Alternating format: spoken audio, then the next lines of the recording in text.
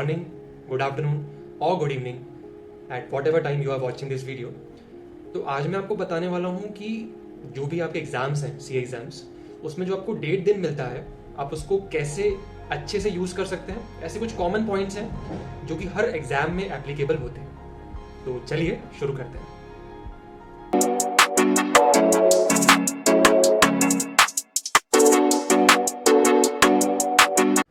पहली जो टिप है, आपको हर एक सब्जेक्ट के लिए एक स्पेसिफिक इंस्ट्रक्शन शीट बनानी पड़ेगी कि उस सब्जेक्ट के लिए कौन कौन से ऐसे पॉइंट्स हैं जो कि आपको एग्जाम के दिन उसको पढ़ के जाना है।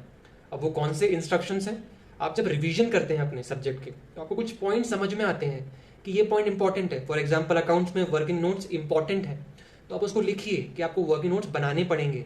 और ऐसे ही कुछ इंस्ट्रक्शंस होते हैं, अगर आपने खुद से आइडेंटिफाई करे हैं तो आप उसको लिखें ताकि आप उसको पढ़ सकें। अगर नहीं किए हैं तो आप YouTube पे कुछ टीचर्स बताते हैं इस चीज़ के बारे में, तो आप उसको सुनिए और अपनी इंस्ट्रक्शन शीट बनाइए ताकि आप उसको पढ़ सकें।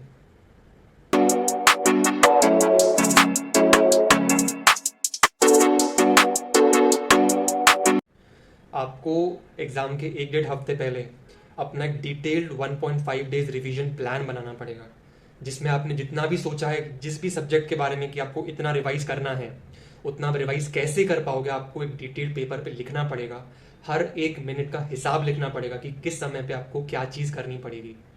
ऐसा करने से आप अपने जो भी रिविजन्स हैं वो आप कंप्लीट करने के बारे में सोच सकते हो। आपको पता होना चाहिए आपको क्या पढ़ना है, कितना पढ़ना है और कहाँ से पढ़ना है। मतलब क्या, कितना यूट्यूब से देखना है, कितना सेल्फ पढ़ना है, सब एक डिटेल्ड फॉर्मेट में लिखा हुआ होना चाहिए, ताकि आप जब एग्जाम दे के वापस आओ आपको इस चीज़ में दिमाग लगाने की ज़रूरत नहीं पड़े क्या पढ़ना है, फटाफट से आप पढ़ना शुरू कर पाओ।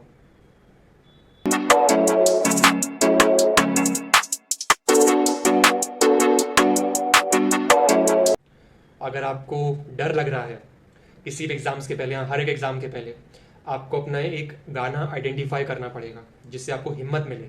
मेरे लिए वो गाना था लक्ष्य। उसको मैं सोने से पहले सुनता था 2 से 3 बार, जिससे मुझे हेल्प हुई थी।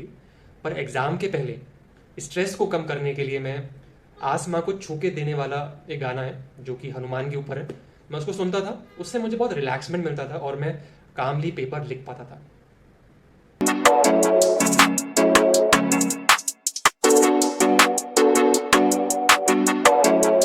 तो जो मेरी चौथी टिप है वो इस बारे में है कि आपका जो फूड एंड वाटर इनटेक है वो सही होना चाहिए, अच्छा होना चाहिए।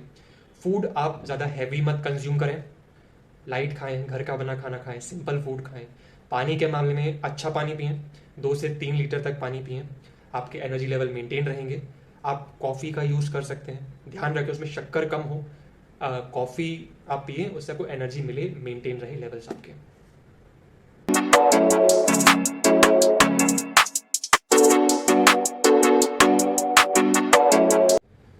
एक और टिप है जो मैं आपको बताना चाहूँगा कि ICAI आपके साथ 1 से 2 पेपर में तो खेलेगा, या आप मान लीजिए, गठान बांध लीजिए कि वो तो खेलने वाला है।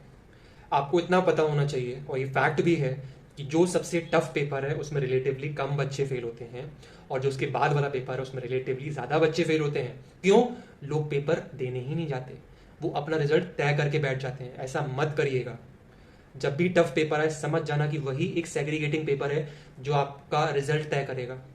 आप पूरी हिम्मत से पेपर लिखिए, जितना पता है उतना लिखिए, और एग्जाम देने के बाद दूसरे पेपर में एज पर द शेड्यूल आप पढ़ना शुरू कर दीजिए, उसके बारे में सोचना छोड़ दीजिए, और देयर आर हाई चांसेस आप पास हो जाओगे।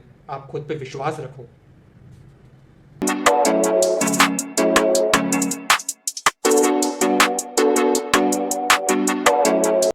और एक बोनस टिप है जो मैं आपको देना चाहूँगा कि आपको किसी और चीज़ का फालतू का प्रेशर नहीं लेना है कि मैंने एक टिप फॉलो नहीं करी तो अब मेरा रिजल्ट क्या होगा। अरे नहीं, ये सिर्फ एक गाइडेंस पर्पस के लिए है, और किसी भी और चीज़ का प्रेशर मत लीजिए, आप अपने एग्जाम पे फोकस कीजिए।